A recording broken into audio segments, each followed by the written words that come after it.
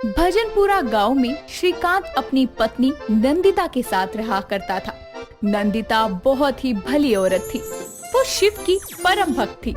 वो प्रतिदिन नियम से शिव की भक्ति किया करती, पर उसकी सास गुंजा बहुत लालची औरत थी। ऐसे ही एक दिन। बहू, अरे ओ बहू, कहाँ है तू? जी माँ जी, अभी आई। आंगन में झाड़ू लगा रही थी। इस आंगन को साफ कर करके चमकाती रहेगी क्या? जल्दी से इस आंगन में खेलने वाला भी ले आ। जी माँ जी। चल जा, खाना परोस दे, भूख लगी है। नंदिता जल्दी से अपनी सास को खाना परोस देती है, जिसके बाद वापस से वो घर के कामों में लग जाती है।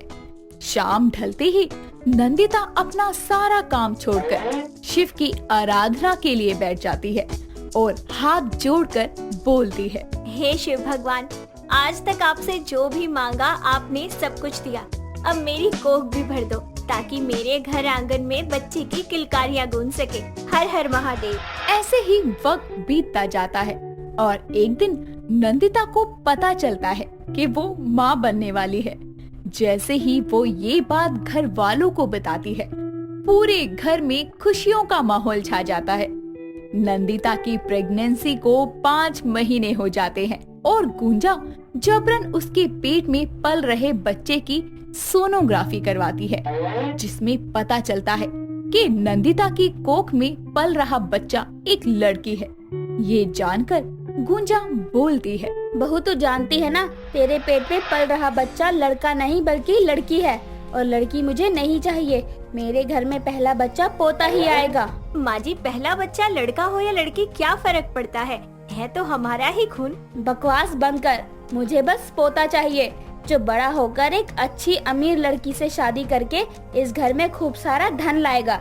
लड़की हुई तो धन केवल जाएगा, आएगा नहीं। इसलिए तेरी इस बच्ची को मैं इस दुनिया में नहीं आने दूंगी। माँ जी, आप कैसी बातें कर रही हैं? ये सरासर गलत है। मैं ऐसा कभी नहीं होने दूंगी। करना तो होगा, नहीं तो मैं अपने बेटे की दूसरी शादी करवा दूंगी और तुझे हमेशा के लिए इस घर से निकाल दूंगी। नंदिता गुंजा की इस बात का कोई जवाब नहीं दे पाती, जिसके बाद गुंजा और श्रीकांत दोनों मिलकर नंदिता का जबरन अबॉर्शन करवा देते हैं। वक्त गुजरता जाता है।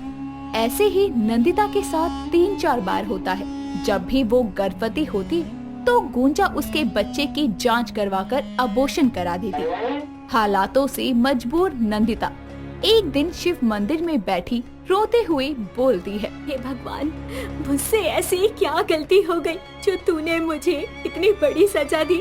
मेरी 3 बच्चियों को मौत के घाट उतार दिया गया।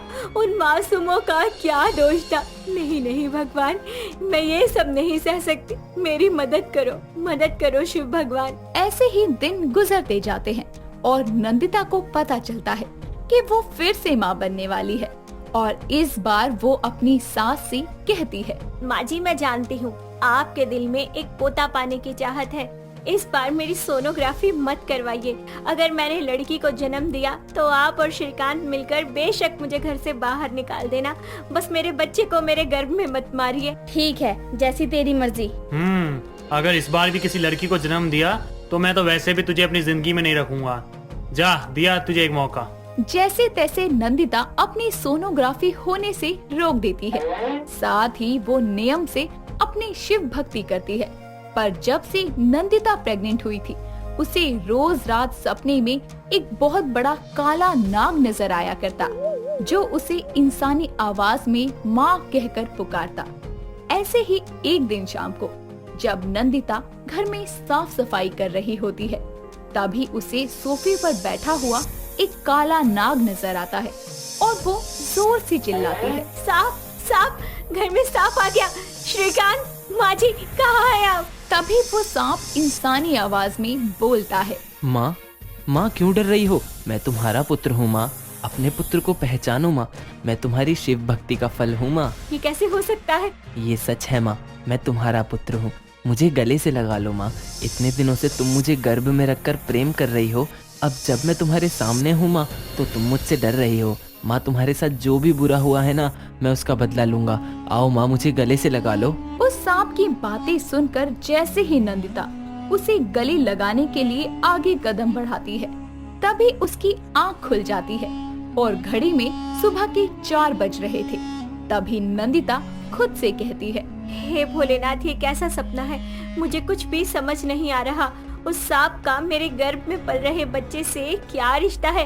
रोज रोज मुझे यही सपना क्यों आ रहा है? भगवान, मेरी और मेरे बच्चे की रक्षा करना, उसे लंबी उम्र देना।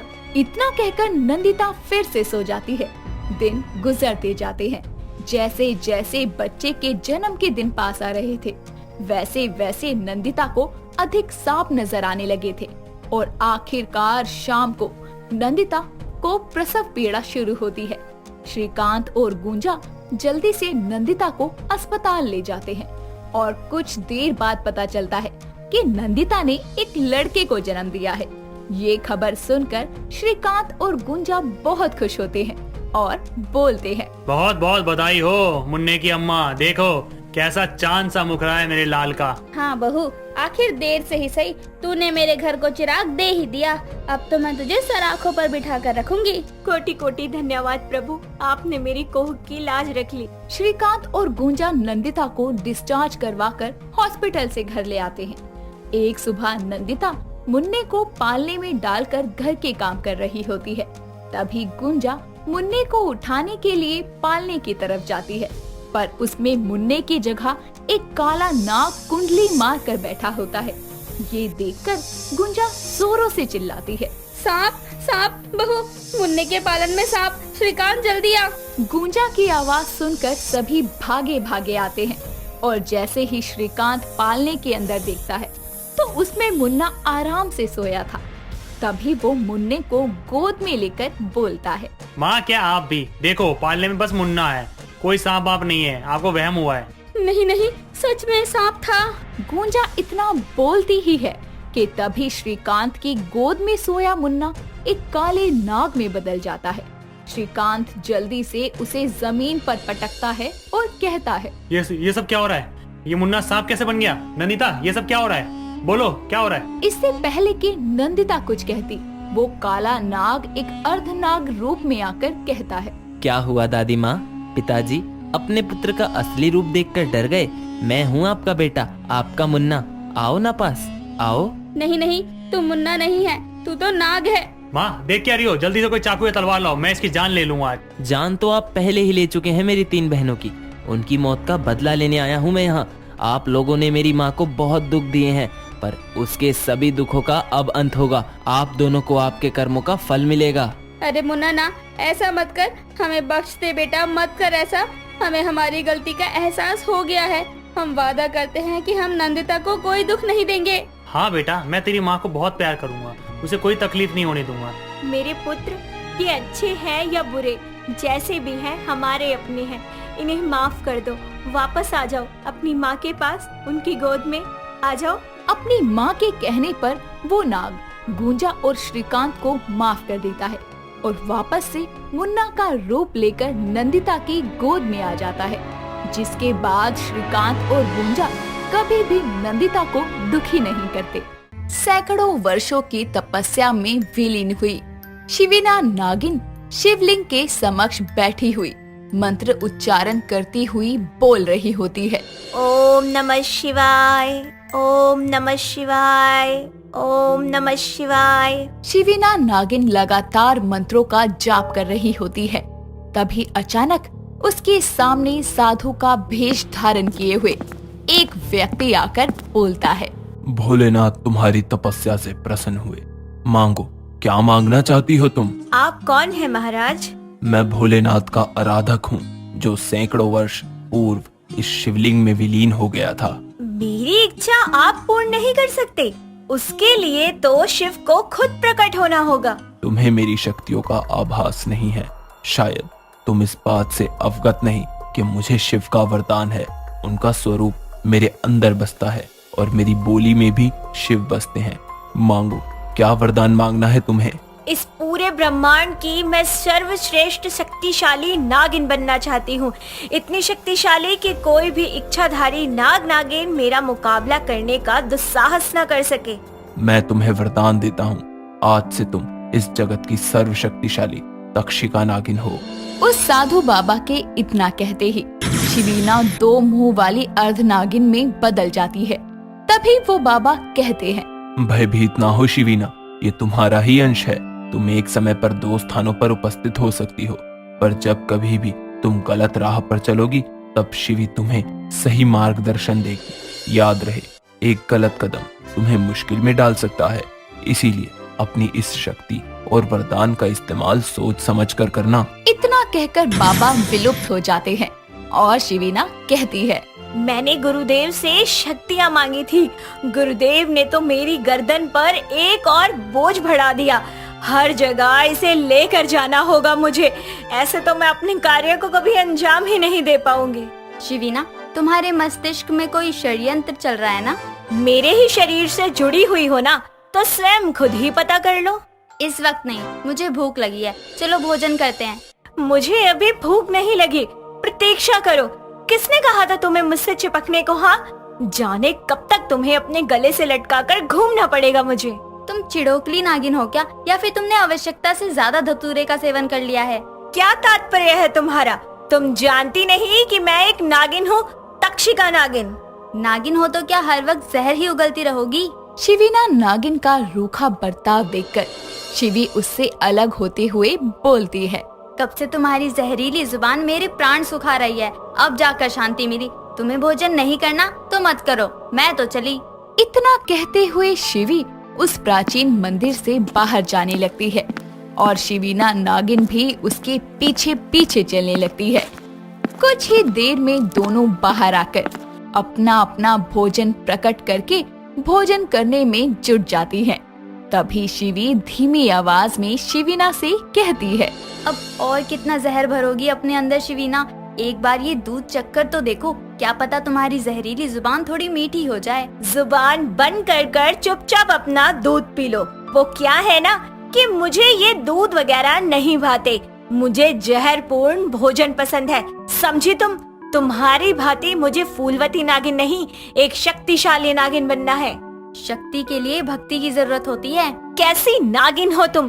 थकती नहीं हो क्या बार बार मुझे प्रवचन देकर? मुझसे अलग होकर ना तुम एकदम संत महात्मा में बदल जाती हो। चुपचाप आकर मेरी गर्दन पर बैठ जाओ, बहुत देर जुदा रह ली तुम मुझसे। शिवीना के इतना कहते ही शिवी नागिन उससे आकर जुड़ जाती है और शिवीना बोलती है, पेट पूजा हो गई हो तो काम दूजा कर लिया जाए। पर कहाँ? विश्राम के लिए कक्ष ढूंढते हैं। पर ऐसे किसी के कक्ष में घुसना नाग नागिनों के लिए अपराध होता है। फिर से प्रवचन? तुम अपने ये अपराध पाप के शब्द अपने तक नहीं रख सकती? जरूरी है इन्हें अपनी जुबान से बार बार बाहर निकालना? देखो, मुझे क्रोधित मत करो, मैं पहले ही तुम्हें समझा चुकी हूँ। चुपचाप चलो मेरे साथ। दोनों नागिन अपने इंसानी स्वरूप से नागिन अवतार धारण करके रेंगते हुए नागराज के कक्ष में आती हैं और शिवीना नागिन नागराज को डस लेती है, जिसे देखकर शिवी कहती है, ये क्या किया तुमने? नागराज का मामला निपटा दिया, अब मैं विश्राम करूंगी और तुम काम करोगी। कौन सा काम? नागराज के पार्थिव शरीर को ठिकाने लगा दो। हम कुछ दिन इसी नागलोक में वास करेंगे। जब तक मेरी निंद्रा पूर्ण नहीं हो जाती तब तक तुम द्वार पर ही खड़ी रहो। शिवीना, मैं फिर कह रही हूँ, ये तुम ठीक नहीं कर रही। एक नागिन होकर तुम जानबूझकर नागलोक के नियमों का उल्लंघन कर रही हो। अपना ये प्रवचन अपने पास रखो और काम करो। ना चाहते हुए भी शिवी नागिन को शिवीना की बात माननी पड़ती है। नागराज को ठिकाने लगाकर शिवी वापस से शिवीना के गर्दन से आकर जुड़ जाती है। तभी शिवीना की आँख खुलती है और वो कहती है, क्या हुआ? मैं भी इस फूल से डरने लग गई। इस साधारण सी शिवी से डरकर मैं कहाँ जाऊंगी? शीघ्र ही उठकर मेरा स्वागत करो, क्योंकि आज मैं नागराज के सिंहासन पर विराजमान होने वाली हूँ। ये क्या कह रही हो? तुम शायद भूल गई हो कि तुम 2 मुंह वाली नागिन हो। हम दोनों को ऐसे जुड़ा देखकर नागलोकवासी समझ जाएंगे। ऐसा तो तब होगा ना जब किसी भी नाग नागिन को इस बात की भनक लगेगी। मैं तुम्हारे सर का बोझ लेकर थोड़ी ना बैठूंगी। फिर मैं तुमसे अलग होकर क्या करूंगी? सेवा। तुम मेरे सिंहासन के पास दासी बनकर खड़ी रहोगी। दासी? और मैं? तुम्हारे शब्द सुनकर मुझे उबासी आ रही है। तुम्हें मेरी बात माननी होगी, क्योंकि तुम मेरे ही शरीर का हिस्सा हो। समझ गई? तुम्हारी 2.5 किलो की गर्दन बेमतलब थोड़ी ना लाद कर घूम रही हूँ अपने ऊपर। चुपचाप चलो। अगले ही पल शिवीना नागराज और शिवी नागिन दासी का रूप धारण किए हुए सिंहासन पर विराजमान हो जाती है, जहां बेला नागिन दूध से भरा हुआ कटोरा लेकर शिवीना के पास आते हुए कहती है, नागराज ये लीजिए, भोजन कीजिए। ये क्या है? मुझे ये दुग्धपान नहीं बल्कि जहर का भोजन करना है। जाओ जाकर मेरे लिए वही लेकर आओ।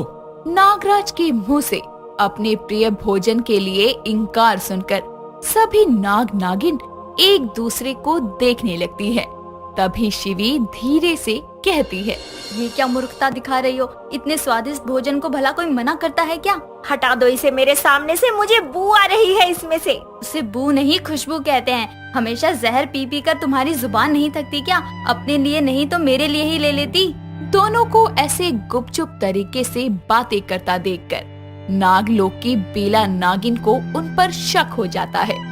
वक्त बीतता है और शिवीना नागराज के सिंहासन का आनंद भोगती है, तो वहीं दूसरी तरफ शिवी नागिन उसी नागलोक के नागेंद्र नाग पर मोहित हो जाती है, जिसका कुछ ही दिनों में शिवीना को भी पता चल जाता है। और एक दिन वो कक्ष में आकर कहती है, क्यों शिवी, मैंने तुम्हें अपनी गर्दन से अलग क्या किया? तुम नागेंद्र के साथ नैन मटक्के करने लग गई। अब हम इस नागलोक में एक क्षण भी और नहीं रहेंगे। चलो, यहाँ से विदा लेने की घड़ी आ चुकी है। ये क्या बात होती है? तुम्हारा नागलोक के सिंहासन से मन भर गया तो अब मैं तुम्हारे साथ चलूं? ये फोकट का क्रोध दिखाने की कोई जरूरत नहीं है। कल से मेरी जगह तुम ही नागराज का भेष बनाकर सिंहासन पर विराजना, ठीक है? फिर तुम कहाँ जाओगी? तुमसे मतलब? इस तरह अदला बदली के द्वारा शिवीना के बाद शिवी उस नाग सिंहासन पर विराजमान होती है और शिवीना नागेंद्र से नैन मटक्के करती है। तभी नागेंद्र बोलता है, आज तुम इतनी बदली बदली सी क्यों लग रही हो? जैसे कि तुम्हारे भेष में कोई और हो। तुम शिवी ही हो ना? और नहीं तो क्या? तुम्हें अपने प्रेम पर कोई शक है क्या? तुम्हारी विचित्र हरकतों से आशंका होना तो लाजमी है। कल तक तुम खुद मुझे अपने निकट नहीं आने देती थी और आज खुद ही गोंद की तरह चिपक रही हो मुझसे, और तुम्हारा भोजन भी अचानक से जहरीले भोजन में परिवर्तित हो गया। वो ऐसे ही, बस मेरा मन किया। कुछ समय बाद शिवीना वहाँ से चली जाती है, लेकिन दिन ढलने के साथ रात हो जाती है और शिवी नागिन रात के अंधेरे में नागेंद्र के पास आती है और नागेंद्र उससे कहता है, शिवी, तुम इतनी रात को? अभी सायंकाल को ही तो मिले थे, इतनी जल्दी तुम्हें फिर से मेरी याद आ गई? नागेंद्र के कहते ही शिवी पूरी बात समझ जाती है और बौखलाई हुई शिवीना के सर से जुड़कर उसे तकलीफ पहुंचाने लगती है, जहां दोनों के बीच बहसबाजी शुरू हो जाती है और कक्ष से आ रही आवाज के कारण सभी नाग नागिन खुली खिड़की से उन्हें जुड़ा हुआ देखकर हैरान हो जाते हैं। तभी बेला नागिन कहती है, मेरी आशंका कभी गलत नहीं होती। मुझे उस दिन ही इन पर शक हो रहा था, जब आए दिन नागराज के हाव भाव गिरगिट की तरह रंग बदल रहे थे। मैं उसी क्षण समझ गई थी ये नागराज के भेष में कोई बहरूपिया है। जब हम नागलोकवासी अब सत्य से अवगत हैं, तो यहाँ खड़े क्यों हैं? क्योंकि ये तक्षिका नागिन है। हम सभी मिलकर भी इसका कुछ नहीं बिगाड़ सकते। अब भोलेनाथ ही तक्षिका नागिन से अपने भक्तों की रक्षा करेंगे। सभी नाग नागिन भोलेनाथ के मंदिर में जाकर उनकी पूजा आराधना करते हैं और भोलेनाथ अपने भक्तों की पुकार सुनते हैं, जिसके साथ ही भयंकर आंधी तूफान के साथ नागमणि प्रकट होती है, जिसकी रोशनी से शिवीना नागिन खींची चली आती है और नागमणि को हाथ में उठाकर कहती है, अब मैं अमर अजर हो जाऊंगी। तुम अकेले इस नागमणि की हकदार नहीं हो, मैं तुम्हारे शरीर का हिस्सा हूँ। मैं तुम्हें नागमणि का हिस्सा देना तो बहुत दूर की बात है, उसे स्पर्श भी नहीं करने दूंगी। और आज मैं तुम्हें स्वतंत्रता देती हूँ, तुम्हें मौत के घाट उतारकर। मैं ये दो मुंह वाली नागिन की जिंदगी और नहीं जीना चाहती। नागमणि के लालच में अंधी होकर शिवीना शिवी को मार देती है, जिसके साथ ही उसकी तमाम शक्तियाँ भी विलुप्त हो जाती है और वो साधु बाबा एक बार फिर प्रकट होकर कहते हैं, तुमने अपनी शक्तियों का सिर्फ गलत प्रयोग किया है शिवीना। अपने स्वार्थ में अंधी होकर तुमने अपने ही अंश को मार डाला। इसीलिए अब से तुम एक शक्तिहीन नागिन हो, यही तुम्हारी सजा है। बुराई का अंजाम बुरा ही होता है। लगातार गलतियों के कारण शिवीना अपनी तमाम शक्तियों को तो खो ही देती है और साथ ही वो शिवी को भी जान से मार देती है।